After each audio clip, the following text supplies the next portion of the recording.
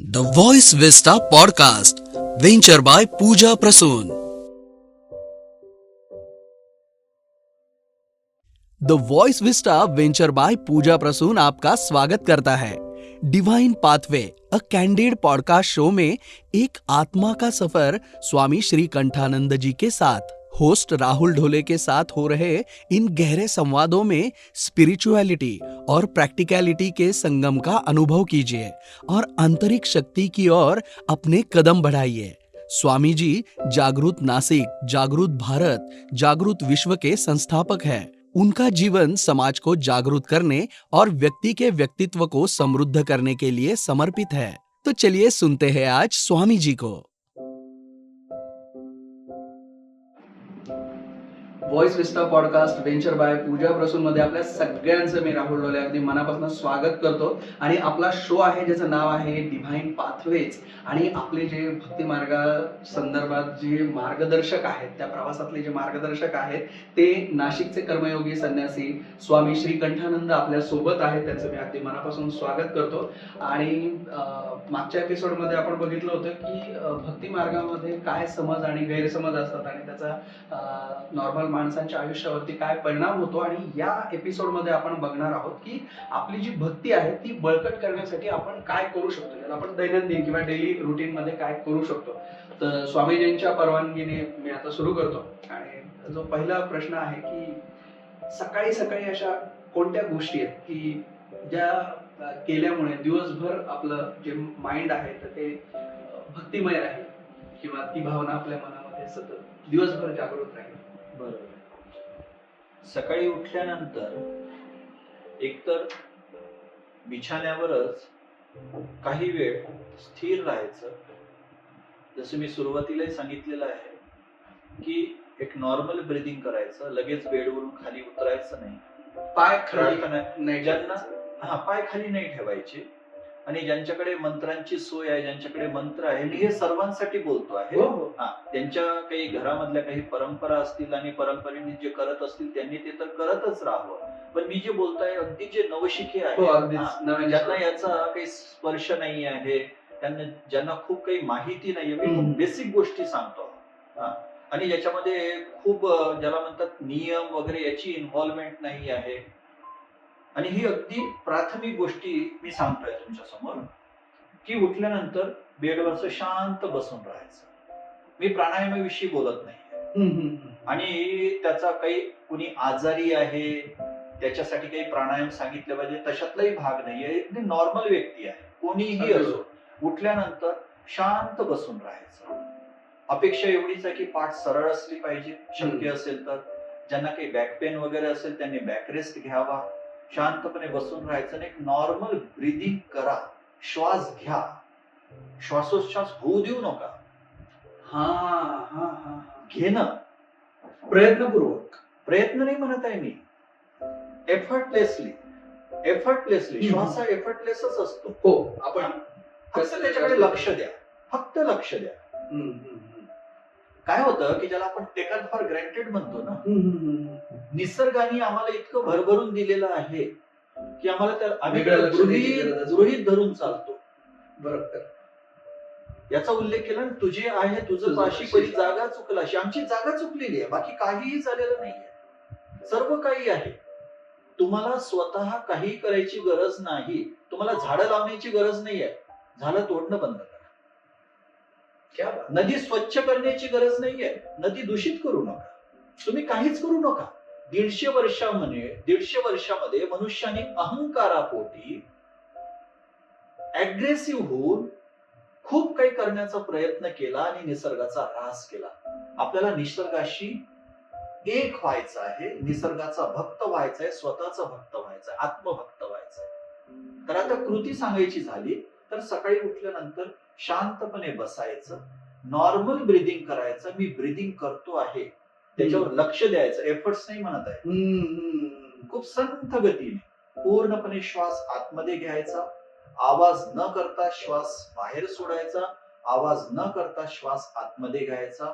आणि प्रत्येक तुमची जी पूर्ण प्रॉपर्टी आहे, देह ही दैवी प्रॉपर्टी आहे, भगवंतांनी दिलेली प्रॉपर्टी आहे, निसर्गाने दिलेली प्रॉपर्टी आहे, प्रकृतीने दिलेली प्रॉपर्टी आहे. हे जे साधन आहे, पूर्ण साधनाचं इन्स्पेक्शन करायचं आणि दिवसभरासाठी तुम्हाला ज्या ऊर्जेची आवश्यकता आहे ती ऊर्जा तुम्ही कुठेही वापरा.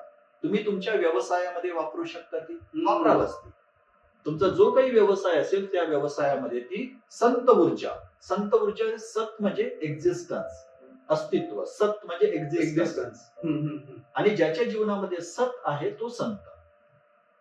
आणि दुसरा शब्द आहे, आता या अनुषंगाने हा मला सांगायला आवडेल की दुसरा शब्द आहे जंत. हो, जसं मागच्या एपिसोडमध्ये तुम्ही म्हणालात. जंत. जंत म्हणजे काय? जो जन्मतो तो जंत. आणि संत हे शाश्वत आहे. जन्म कोणाचा होतो? शरीराचा जन्म होतो, अस्तित्वाचा जन्म होत नाही. अस्तित्व पहिल्यापासूनच असतं. आणि म्हणूनच भारतामध्ये मृत्यू ज्या अर्थाने आता समजतात तशी मृत्यूची संकल्पना नाही. भारतामध्ये रेस्ट इन पीस ही संकल्पना नाही. व्हॉट्सअपवर टाकतात हल्ली खूप जण की कुणी गेलं. अज्ञानापोटी सगळी अडचण ही अज्ञानाचीच आहे, जागरूकतेचा अभाव. सकाळी बसताना काही ती जागृतीच त्याचा साक्षात्कार करतो आहोत. जंत म्हणजे जो जन्म आणि मृत्यूच्या मध्ये वळवळतो तो जंत. आणि जो जन्म मृत्यू रहित अजर अमर अविनाशी आहे तो संत. त्यामुळे म्हणतात ना, संत हे कधीच मरत नसतात. प्रत्येक मनुष्य हा संत आहे. तुमची दृष्टी कुठे आहे हे महत्वाचं आहे. तर सकाळी ती ऊर्जा घेऊन तुम्ही तुमच्या कामाला लागा. ज्यांच्या घरी देवपूजा आहे त्यांनी देवपूजा करावी. ज्यांच्या घरी हरिपाठ आहे त्यांनी हरिपाठ करावा. काही अभंग म्हणावे, पण ते अभंग प्रत्येक गोष्ट जागृत राहून करणं गरजेचं आहे. आपल्याला चांगलं गायक नाही बनायचं, पण मनापासून तो अभंग आला पाहिजे. अगदी. इथे मला आजीच्या गोष्टी आठवतात की आजी जे जात्यावरती ते ओव्या वगैरे म्हणायची.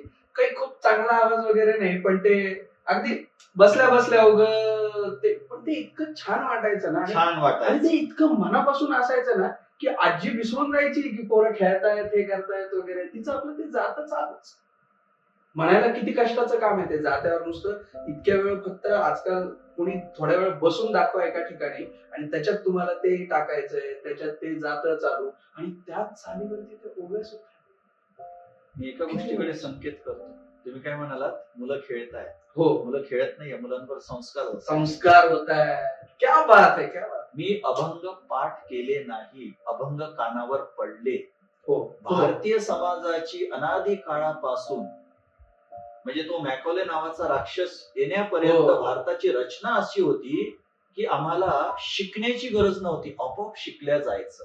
भजन कानावर पडायची. एफर्टलेसनेस. हा फार म्हणजे तुम्ही तो शब्द पकडले, एफर्टलेसनेस, ज्याला भगवान श्रीकृष्ण गीतेमध्ये सहज म्हणतात. सहजम कर्म कौंतेय सदोषमपि न त्यजेत. जे सहज कर्म असेल ते करत राहा. उगाच्या उगा ओव्हर परफेक्शन मध्ये जाऊ नका, मटेरियल परफेक्शन मध्ये जाऊ नका. जसं आजीला गाणं तिला गाता येत नाही, पण तिचं गाणं आवडतं. बरेचसे लोक खूप प्रोफेशनली चांगले गातात, पण त्यांचं जीवन एवढं चांगलं नसतं. बरोबर. पण आजीचं जे जीवन आहे आणि भजन आहे सुसंगत आहे. भक्तीचा अर्थ होतो तुमच्या जीवनामध्ये विसंगती नसणार. आजी नकळत त्या मुलांना संस्कारित पण करते. आजी काही ट्रेनर नाहीये. ट्रेन द ट्रेनर नावाचे कॅम्प तिने अटेंड केलेला नाहीये. तिच्या इव्हन लक्षात पण नाहीये. म्हणजे इव्हन ती इतकी रमलेली आहे त्या ह्याच्यामध्ये, जात्यामध्ये, त्या ओव्यांमध्ये, की तिला तेवढंच चालू आहे. तथाकथित दृष्टीने ती प्रोफेशनल नाहीये. तिने काही चला मी आता तुम्हाला संस्कारित करते, या तुम्ही 5 स्टार हॉटेलमध्ये या, माझी अमुक अमुक फीज आहे आणि मी तुम्हाला संस्कारित करते. तसं कधीच संस्कारित होत नसतं. आजकाल झालेलं आहे ना, ते सगळे कमोडिटी झालेले आहे. आजकाल गरजच अशी निर्माण झालेली आहे की ते म्हणतात आता घरी आजी आजोबा नसतात, आई वडील दोघंही कामावर जातात. नाही आहे अजूनही. तुम्ही शोध घ्या थोडस.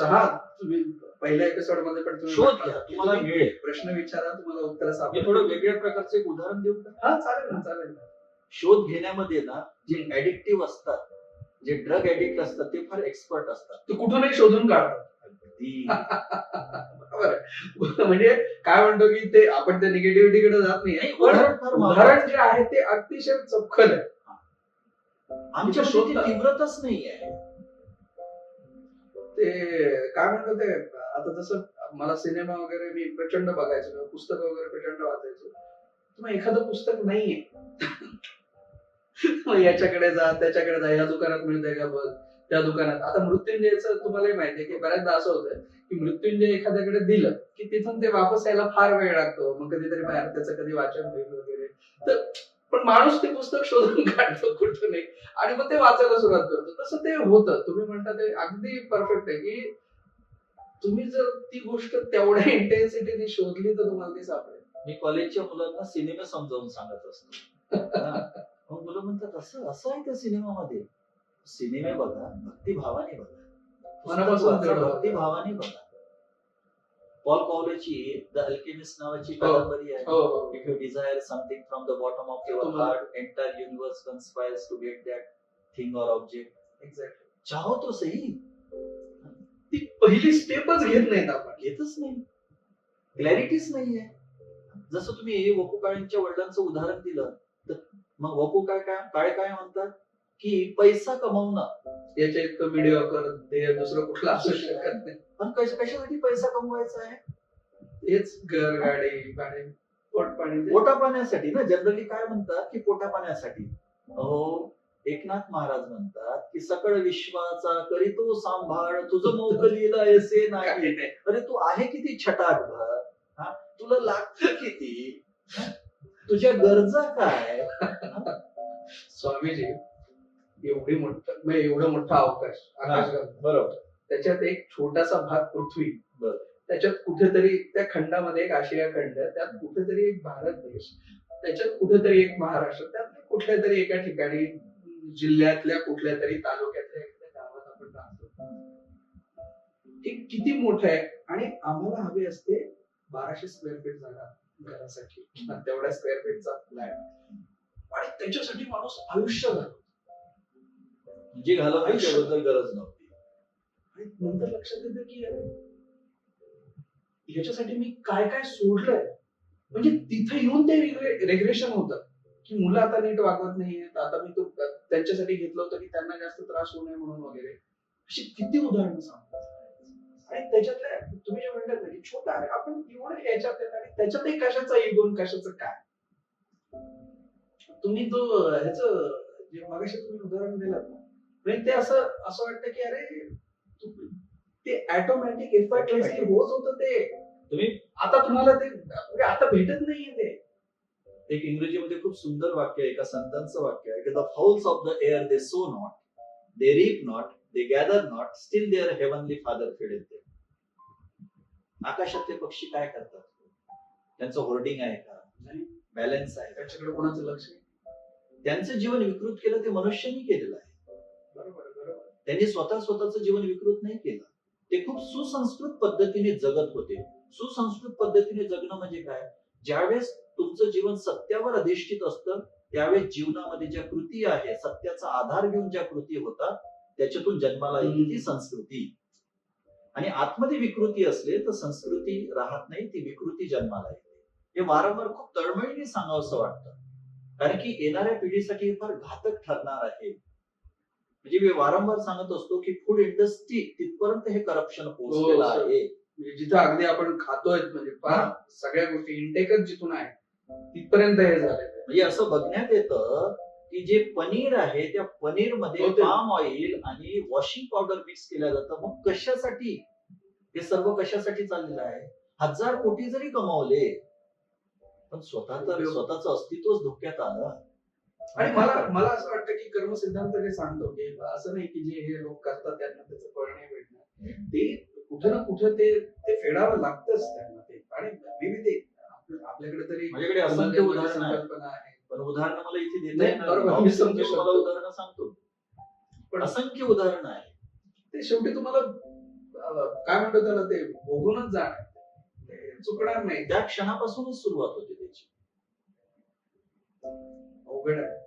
शेवटी आपण प्रार्थनाच करू शकतो अशा लोकांसाठी. जागृतीसाठी प्रार्थना करू. आणि प्रार्थनेवरनं लक्षात आलं की प्रार्थना करण्याचे कोणकोणते प्रकार आहेत. म्हणजे की जसं आपण म्हणतो ना की ज्याच्यामुळे की बाबा तो संबंध खूप चांगल्या पद्धतीने जोडला जाऊ शकेल आणि सहज करू शकतील लोक. बघा, ज्यांचे जे औपचारिक पद्धतीने जर विचार करायचा हम्म, झाला, हम्म. जसं काय प्रत्येकाची मानसिकता वेगवेगळी असते, त्याला आठवण करून देणं गरजेचं असतं. जसं तुम्ही जिथे तुमचा व्यवसाय आहे, तर आतापर्यंत तरी ती परंपरा कायम आहे की प्रत्येकाच्या घरामध्ये देवघर असतं. हो. ऑफिसमध्ये सुद्धा देवघर असतं. जसं मी म्हणालो की भारताच्या समाजाची रचनाच अशी झाली की त्या ऋषी मुनींनी ह्या ज्या गोष्टी आहेत, या सत्याकडे घेऊन जाणाऱ्या ज्या परंपरा आहेत, त्या समाजामध्ये रुजू केल्या. तुम्ही इंडस्ट्रीमध्ये आहात तर कुठेतरी देवघर असतं. प्रत्येक याच्यामध्ये कुठे ना कुठे ती जागा आहे. इव्हन जे सिक्युरिटी केबिन्स असतात ना, कुठल्याही सोसायटीत गेलात ना, तिथे सुद्धा तुम्हाला छोटीशी ती जागा असते. ती पद्धत आहे. फक्त त्याच्याशी जे कनेक्शन आहे ना, ते मध्ये मध्ये व्हेरीफाय करत राहायचं आणि मग ऑडिट करत राहायचं. आणि मग असं म्हणजे ज्याला आपण म्हणतो की आध्यात्मिक स्तोत्र आहे किंवा एखादा मंत्र आहे, जप किंवा पुस्तकं, नेमकं याच्यापैकी काय म्हणजे कुठल्या गोष्टीकडे आपल्याकडे तर प्रचंड साहित्य आहे ह्या खूप गोष्टी. मोठं साईड. तर त्यातलं कुठलं निवडलं पाहिजे का तसं काहीच नाही, निवडलं पाहिजे म्हणजे तुमची रुची कशी आहे. जसं माझा जो देवाप्रती जो भाव आहे तो मातृत्वाचा भाव आहे नाही? आणि तो सेफेस्ट भाव आहे. बरोबर. सेफेस्ट आहे. हा? त्याच्यामध्ये थोडीशी इनडिसिप्लिन सुद्धा चालते. हो हो. हा. डेफिनेटली देवासोबत तुम्ही एक मातृभाव ठेवू शकता, पितृभाव ठेवू शकता, सखाभाव ठेवू शकता. कोणत्या ना कोणत्या पद्धतीने भक्ताशी कनेक्टेड राहणं. मी काय काय म्हणतात त्याला, खूप जास्त अकॅडमिक वे मध्ये चाललेलं त्याचा म्हणजे जाणीवपूर्वक मी हे करतो आहे की सर्वांना हवं हवंसं वाटलं आणि पाहिजे. सोपंही त्यांना इज आला हा, पाहिजे. हे झाला पाहिजे. त्याला काही खूप जास्त स्कॉलेस्टिक करण्यामध्ये काहीही अर्थ नाही. गरज इथे काही युनिव्हर्सिटीचा पेपर प्रेझेंट करायचा नाही. नाहीये आपल्याला, किंवा डॉक्टरेट घ्यायची नाहीये. तर कोणत्याही पद्धतीने ईश्वराशी कनेक्ट व्हा. यत करोषी यदश्नाशी यज्जुहोषी ददासी यत यत तपस्यसी कौंतेय तत्कुरुष्व मदर्पणम. प्रत्येक गोष्ट ईश्वराला अर्पण करा. ऑफिसमध्ये बसलेला आहे, तुम्हाला पॉज मिळतोच. व्हिजिटर आले, ते गेले, तो मधला वेळ वापरू ना तुम्ही. आतमध्ये कनेक्शन चेक करायचं, whether I am connected to divinity or not. जसं आपण मोबाईल चेक करत असतो ना, किती टक्के झाला, किती टक्के लगेच झाला. करतात. व्हॉट्सअप आलाय का हे आलंय का? व्हॉट्सअप आले का ते चेक करत राहायचं, माझी कनेक्टिव्हिटी आहे की नाही. जसं मी सांगितलं ना, तुम्ही राहुल आहात, संत राहुल मीडिया पर्सन. संत हे तुमची स्टॅबिलिटी, मीडिया पर्सन हे तुमचा मार्केटचा, मध्ये राहुल आहे. तर राहुल नेहमी संतत्वाशी कनेक्टेड असला पाहिजे. संतत्व म्हणजे तुम्हाला कपडे बदलणं गरजेचं नाही, तुमची कनेक्टिव्हिटी. बरोबर. मोबाईल तुमचा किती हजाराचा आहे हे महत्वाचं नाहीये. 2000चा आहे की 2 लाखाचा आहे, पण तो चार्ज आहे की नाही हे बघणं. बरोबर आहे. आणि जसं डिस्चार्ज व्हायला लागतो लगेच कनेक्ट करायचं. आणि एक वेळ अशी येईल तुमच्या जीवनामध्ये, तुम्ही ऑटो मोडवर चालले जा, इतकं ते सवय होऊन जाते त्याला. ऑटोमॅटिक चार्जिंग होत राहील आतमध्ये.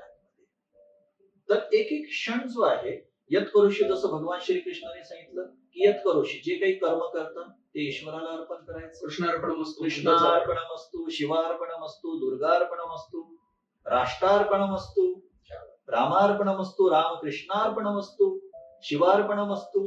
अर्पण करत राहा. अर्पण करणं म्हणजे काय, त्याच्याशी कनेक्टेड होत राहणं. यत करोशी यदश्नाशी.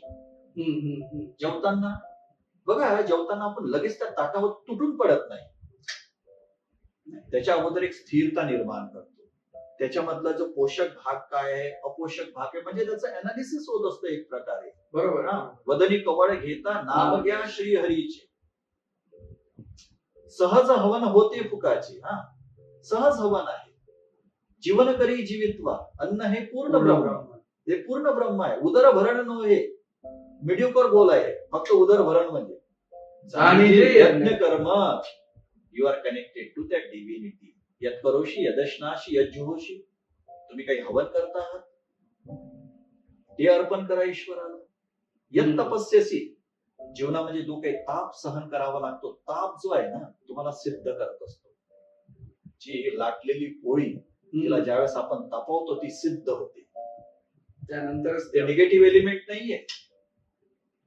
मोठे मोठे राजे, श्रीमंत लोक, वैभव संपन्न लोक आपल्या मुलांना तपण्यासाठी गुरुकुलात गुरुकुलाकडे पाठवायचे. आणि हे आधीपासून ही परंपरा चालत आलेली होती. आता काय झालंय, आता मी ऐकलंय असं की हळूहळू गुरुकुल सुरू होत आहेत. म्हणजे मी अजून मला कन्फर्म माहिती नाही. अनालिसिस करायचं चालू आहे. म्हणजे पुन्हा एक सांगतो, प्रत्येक गोष्टीचं अनालिसिस करायचं. ते गुरुकुल चालतायत की गुरुकुलाच्या नावाखाली बाजार चालतो Exactly. त्याची शहानिशा करून घ्यायची. की जर चांगला असेल तर पुढे प्रोसेड करायला हरकत नाही की बाबा व्यवस्थित आहे, सगळ्या गोष्टी आहेत त्या ठिकाणी. कारण कुणालाही जसं तुम्ही म्हणता ना की मुळाकडे जाणं सध्या गरजेचं आहे, रूट्सकडे तुम्ही जाणं गरजेचं आहे. सो ऍटलिस्ट काहीतरी त्याच्यातनं चांगलं निष्पन्न होईल एवढी अपेक्षा आपण ठेवू शकतो. गुरुकुलाचा विषय घेतला ना, तर गुरुकुल हा अर्थ आधारित नसावा, हा धर्म आधारित असावा. म्हणजे discipline. बरोबर आहे, एक्झॅक्टली. स्वामीजी आता बऱ्याचदा काय होतं की जसं मागाशी आपला भक्ती संगीताचा पण एका एपिसोड मध्ये विषय झाला की भक्ती संगीत वगैरे ह्या सगळ्या गोष्टी पोषक आहेत का? म्हणजे जसं की भक्ती संगीत, नाम जपाचं महत्व आणि दैनंदिन व्यवहारात हे कसं आपण इन्क्लूड करू शकतो? मला वाटतं याचं उत्तर तुम्ही मागाशी दिलं होतं. नाही, तरी पण याला इलेबोरेट करता येईल. प्रत्येक गोष्ट काय की तुम्ही त्या गोष्टीला कसं ग्रहण करता. म्हणजे मी बरेचदा म्हणत असतो की महापुरुषांचा दोनदा त्यांचा मृत्यू होत असतो. शब्द हा मृत्यू सर्वांना माहित आहे म्हणून. एक मृत्यू होतो तो नैसर्गिक मृत्यू आणि दुसरा मृत्यू जो होतो तो मृत्यू नसतो, तो मर्डर होतो त्यांच्याच अपरिपक्व शिष्यांद्वारा. तुम्हाला लक्षात येईल महापुरुषांचा पराभव ज्याला आपण म्हणतो की जो महापुरुषांचा पराभव करणारे त्यांचे अनुयायी. अपरिपक्व बाजारू अनुयायी असतात की ज्यांना त्यांच्या स्पिरिटचं आकलन झालेलं नसतं. आणि हे वेळोवेळी होतच असतं. पण तुम्हाला जर सत्याची आवड असेल, तुम्हाला जर खरोखर सत्याची भूक असेल, तर तुमच्या जीवनात सत्याचं आगमन झाल्याशिवाय राहणार नाही. हेही तेवढंच सत्य आहे. राजकुमार सिद्धार्थ ज्यावेळेस त्यांच्या आतमध्ये सत्य जाणून घेण्याची इच्छा निर्माण झाली, सुरुवातीच्या काळात मार्केटमधले जे एस्टॅब्लिश तथाकथित लोक आहेत त्यांच्या माध्यमातून ते फसवले गेले. नंतर त्यांचा स्वतंत्र प्रवास सुरू झाला. नंतर ते बुद्धत्वाला प्राप्त झाले. पण ते प्राप्त झाले बुद्धत्वाला. तुमची इच्छा आहे आणि तुम्हाला प्राप्त होणार नाही. तुमच्यामध्ये इतकी कुशाग्रता निर्माण होते, बुद्धी इतकी तीक्ष्ण होते. ज्यावेळेस तुम्ही त्या बाजारामध्ये फिरता फिरता तुम्हाला दांभिकपणा आणि ओरिजिनल याच्यामध्ये फरक तुम्हाला तुम्ही शिकलेले असतात, कळत जातं. तुम्ही भले ठोकरा खाल पण तुम्हाला कळतं तुम्ही कमी बोलायला शिकता. कारण की एक व्यक्ती बघितल्यानंतर भरकन लक्षात येतं की हा नॉनसेन्सिकल आहे. ठीक आहे, त्याचा बाह्य आडंबर असेल, याची प्रॉपर्टी मोठी असेल, याचे सेंटर्स बऱ्याच ठिकाणी असतील, पण लगेच लक्षात येतं की अरे कुछ दम नाहीये. स्वामी विवेकानंदांच्या जीवनातील अशा घटना आहेत. बापरे. झालेलं आहे ना सुरुवातीच्या काळात. त्यांनी बाजारामध्ये एंट्री केली. सत्याची आवड होती, सत्य जाणून घ्यायचं, जीवनाचा उद्देश जाणून घ्यायचा होता. रामकृष्ण परमहंसांकडे येण्या अगोदर ते बऱ्याच ठिकाणी भटकलेले होते. हे नव्हतं मला माहिती. म्हणजे आता जनरली आपल्याला हेच माहिती असतं की ते त्यांचे गुरु आहेत, पण त्याच्या अगोदरचा प्रवास नव्हता माहिती. जे ज्यांच्या संपर्कात आले त्यांचे इतिहासामध्ये मोठे मोठे नाव असलेले लोक आहेत. बापरे. त्यामुळे तर सगळे काही की याला अध्यात्म विद्येला गुह्य विद्या म्हटलेलं आहे. It is sacred and secret. आता जसं मी सांगितलं की मी कॅमेरासमोर सर्वांची नावं नाही घेऊ शकत की निरर्थक उगाच्या उगा तो वाद नको. करेक्ट. पण ज्याला सत्य जाणून घ्यायचं आहे तो म्हणतात की व्यक्ती सोडा, हो मला सत्याविषयी सांग. एक्झॅक्टली. तो त्या गोष्टींमध्ये इंटरेस्ट घेणार नाही. परत घेणारच नाही की त्या बाह्य गोष्टी आहेत की जे मला पाहिजे ते मी शोधून, मला सिद्धांत पाहिजे. क्या बात. आता हे जे करतो आपण की भक्ती आहे, हे जे म्हणजे थोडक्यात, म्हणजे मी तुम्हाला असं नाही म्हणत आहे की त्याची एखादी टेक्निकच, पण जसं आपण की मेडिटेशन चांगलं व्हावं यासाठी सपोर्टिंग गोष्टी कुठल्या आहेत? म्हणजे एखादी टेक्निक म्हणा छोटीशी की यामुळे तुम्हाला सहज सुरुवात तुमची चांगली होईल आणि नंतर ते प्रवास चालू होईल त्या गोष्टीचा. किंवा निसर्ग सुद्धा आहे याच्यामध्ये की निसर्गाच्या प्रकृती पूजा. प्रकृती पूजा. तुमच्यामुळे कोणत्याही नदीला हानी पोहोचणार नाही असं तुमचं जीवन असावं. तुमच्यामुळे कोणत्याही झाडाला हानी पोहोचणार नाही, इजा होणार नाही असं तुमचं जीवन असावं. निसर्गाच्या सानिध्यात जायचं, पण निसर्गाला माझ्यापासून हानी होणार नाही ही जागरूकता असली पाहिजे. डोंगरांना हानी होणार नाही ही काळजी मला घेतली पाहिजे.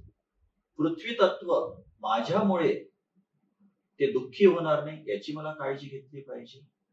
सुमनात तू गगनात तू ताऱ्यांमध्ये वसतोस तू सर्वात्मका शिव सुंदरा स्वीकार या अभिवादना तिमिरातुनी तेजाकडे प्रभू आमुच्याने जीवन. टेक्निक म्हणण्यापेक्षा मी पुन्हा पुन्हा तो जो शब्द वापरतोय, प्रेमभाव. तुम्ही निसर्गासोबत रोमांस करा, निसर्गाप्रती आदरभाव ठेवा. आयुर्वेदामध्ये, प्राचीन आयुर्वेदामध्ये कोणताही वैद्य ज्यावेळेस वनस्पती तोडतो त्याच्याबरोबर त्या नमस्कार नमस्कार करतो. माफी मागतो थोडक्यात. ईश्वरीय दृष्टी. प्रत्येक टेक्निक म्हणजे काय आहे, जसं तुम्ही बिझनेस मध्ये आहात तर ग्राहकाला खूप चांगल्या रीतीने नमस्कार करा, त्याचा हात ओढू नका. शेखांमध्ये हाताला झटका बसतो. नमस्काराचीच पद्धत आहे आपल्याकडे खरं पहिल्यापासून. पुढचा जर मस्क्युलर असेल ना, तर एखाद्या वेळेस हाताला जोरात झटका बसतो. असं शेक हँड म्हणजे हे काही असं नाही की त्याच्यावर उगाच उगा की शेक हँड करणं चुकीचं आहे की बरोबर आहे, ते त्याचं त्यांनी ठरवावं. एक्झॅक्टली. जसं मी कधीच कोणाला मार्गदर्शन वगैरे करत नसतो. मी म्हणत फक्त उपलब्ध शब्द आमच्यासाठी ते मार्गदर्शनाचं सगळ्यांसाठी. नमस्कार करा, सेल्फ एम्पॉवरमेंट होते. सूर्य काही शेक हँड नाही करत ना, सूर्य काही पृथ्वीशी शेक हँड नाही करत. सूर्य आपलं काम करतो. सूर्यासारखा कर्मयोगी नाही आहे कोणी. सूर्यासारखा कर्मयोगी नाही. तो शांतपणे सर्वांना प्रकाश देत राहतो. नमस्कार. नमन करा. नमन करा म्हणजे बघा, न मन, मन नसतं तिथे. मन असलं की कॅल्क्युलेशन येतं. अच्छा. न मन, न मन. मला इतके दिवस म्हणजे लहान मुलांमध्ये मन नसतं. लहान मुलांमध्ये मन नसतं, ते पूर्णपणे आत्मस्वरूप असतात. क्या बात आहे. मन आलं की कॅल्क्युलेशन येतं. आणि श्रोत्यांसाठी मनाला समानार्थी शब्द शास्त्रामध्ये जे आहे ते सांगतो, नंतर विश्लेषण होत राहील. मन, अज्ञान, अविद्या, माया, चित्त, हे सगळे समानार्थी शब्द आहेत. हे मनाचे समानार्थी शब्द आहेत. तसं आता तुम्ही संकल्प विकल्पात्मकम मनः, तुम्ही सांगितल्यानंतर आता जर ते त्या गोष्टीशी संबंध जोडायला गेलं तर लक्षात येते की ते मन सतत विचलित जे होत असतं त्याचे ते बेसिक त्या गोष्टी आहेत कदाचित त्याच्यामुळेच येते. अज्ञान असेल, बरोबर आहे ह्या सगळ्या गोष्टी. आता हा जो कॅल्क्युलेशन शब्द वापरला की आपला पूर्ण दिवस गेला, आता संध्याकाळ आली समजा, तर संध्याकाळी म्हणजे आता पूर्ण दिवस झाला तर त्याचे संकेत मिळाले आपल्याला. तर दिवसभराच्या प्रत्येक कामाची कृतज्ञता व्यक्त करण्यासाठी म्हणजे असं काही विधी आहे का, किंवा असं काही आपण मेडिटेशन करायला हवं का, किंवा आज पूर्ण दिवस झाला मेडिटेशन तर करायलाच हवं. जसं मी सांगितलं ना की मोबाईल चार्जिंग करायला हवं का. तसं सध्याची परिस्थिती अशी आहे की मोबाईल वारंवार डिस्चार्ज होतो, खूप जास्त कन्झम्पशन होत आहे. हो. त्यामुळे दिवसभर जेव्हापर्यंत तुम्ही ऑटो मोड मध्ये जात नाही तेव्हापर्यंत चार्जिंग करतच राहावं. प्रत्येक कृती ही भक्तिमय झाली पाहिजे, हा आग्रहच असावा, प्रेमपूर्वक आग्रहच असावा. मी काम करणार नाही, मी राम करणार. क्या बात आहे, क्या बात आहे. राम नाही करायचं, राम करायचं. आणि राम असला की आराम आहे. You celebrate your profession. तुम्ही मगाशी पण म्हणाला होतात की मी सेलिब्रेट करतो. सेलिब्रेशन. जे लोक मला ओळखतात ना त्यांना माहित आहे मी काम नाही करत, सेलिब्रेट करतो. आणि माझ्या संपर्कात असलेले जसं हॉस्पिटल आहे, स्किल डेव्हलपमेंट सेंटर आहे, त्यांना सांगतो की सेलिब्रेट करा. जो ड्रायव्हर आहे तो ड्रायव्हिंग सेलिब्रेट करेल, जी नर्स आहे ती नर्सिंग सेलिब्रेट करेल, जे काम करतायत त्याचा आनंद घ्या. याच पॉझिटिव्ह नोटवरती हा एपिसोड आपण इथे थांबूयात थोडंसं, आणि लवकरच पुढचा एपिसोड आम्ही घेऊन येतोय ज्यामध्ये असतील स्टोरीज ऑफ ट्रान्सफॉर्मेशन, म्हणजे डिव्होशन इन ऍक्शन, की परिवर्तन किंवा बदल ज्याला आपण म्हणतो त्याचे अनुभव आणि कृतीमध्ये भक्ती या विषयावरती स्वामीजी आपल्याशी बोलतील. नाशिकचे कर्मयोगी संन्यासी स्वामी श्रीकंठानंद.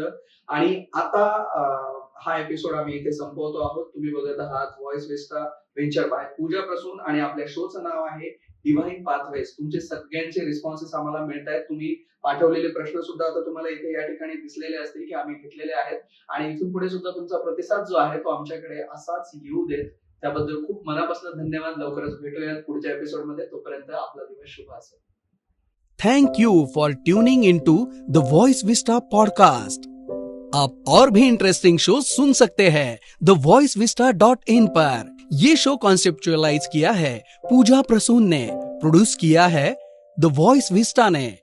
गेस्ट कोऑर्डिनेशन में हमारे साथ रही सुनीता जी चौहान. डिजाइन किया है टीम क्रिएटर्स डेन ने. साथ ही एडिटिंग और प्रोडक्शन के लिए धन्यवाद टीम लर्निंग बी को। प्रोमो वॉइस दिया है राहुल ढोले ने। लाइक, फॉलो और सब्सक्राइब करना ना भूले।